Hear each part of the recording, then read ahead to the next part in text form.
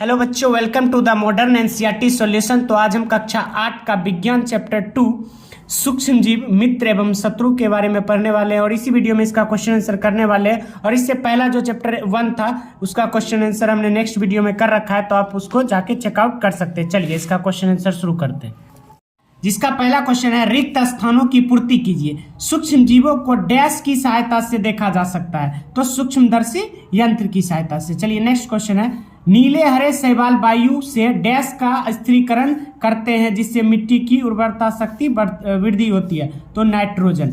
Alcohol का उत्पादन dash नामक सूक्ष्म जीव की सहायता से होता है, तो ईस्ट। हैजा डैश के कारण डैश के द्वारा उत्पन्न होता है, तो जीवाणु के द्वारा उत्पन्न होता है। चलिए नेक्स्ट क्वेश्चन है सही शब्द के आगे सही का निशान लगाइए। पहला, ईस्ट का उपयोग निम्न के उत्पादन में होता है, तो चीनी के नहीं।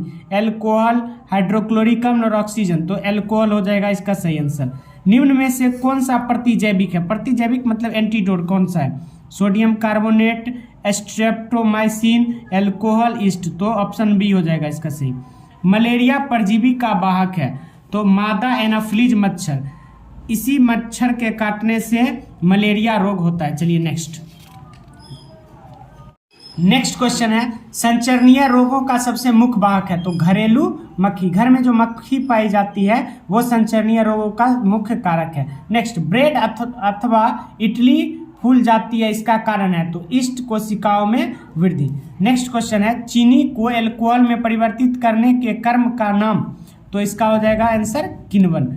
नेक्स्ट है कॉलम 1 के जीवों का मिलन कॉलम 2 में दिए गए उनके कार्य से कीजिए। चलिए जीवाणु हैजा का कारक, राइबोजियम नाइट्रोजन स्थिरीकरण, लैक्टोबेसियम दही का जमना, ईस्ट ब्रेड की बेकिंग, और नेक्स्ट है एक प्रोटोजोआ जो होगा मलेरिया का कारक, एक विषाणु एड्स का कारक। चलिए नेक्स्ट क्वेश्चन। नेक्स्ट क्वेश्चन है क्या सूक्ष्मजीव बिना यंत्र की सहायता से देखे जा सकते हैं? यदि नहीं तो वे कैसे देखे जा सकते हैं? नहीं, सूक्ष्मजीव को बिना यंत्र की सहायता से नहीं देखे जा सकते हैं। सूक्ष्मजीव को सूक्ष्मदर्शी यंत्र की मदद से देखा जा सकता है।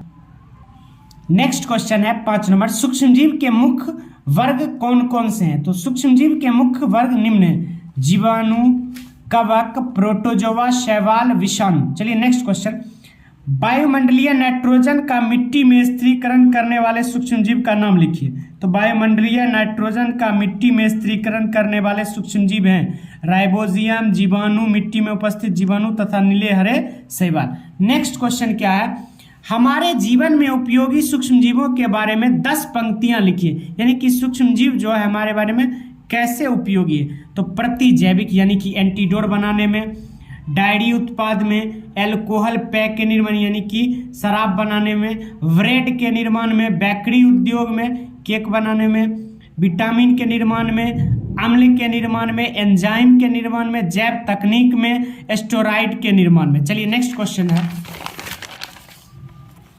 सूक्ष्मजीव द्वारा होने वाले हानिकारक प्रभावों का संक्षिप्त विवरण कीजिए। सूक्ष्मजीव द्वारा होने वाली हानियां निम्न है, यह मनुष्य में रोगों को फैलाता है, यह जंतुओं में रोग उत्पन्न करते हैं, यह भोजन विषाक्त कर देते हैं, कुछ जीव पौधे में रोग उत्पन्न करते हैं। चलिए नेक्स्ट क्वेश्चन है प्रतिजैविक क्या है? प्रतिजैविक लेते समय कौन सी सावधानी रखनी चाहिए?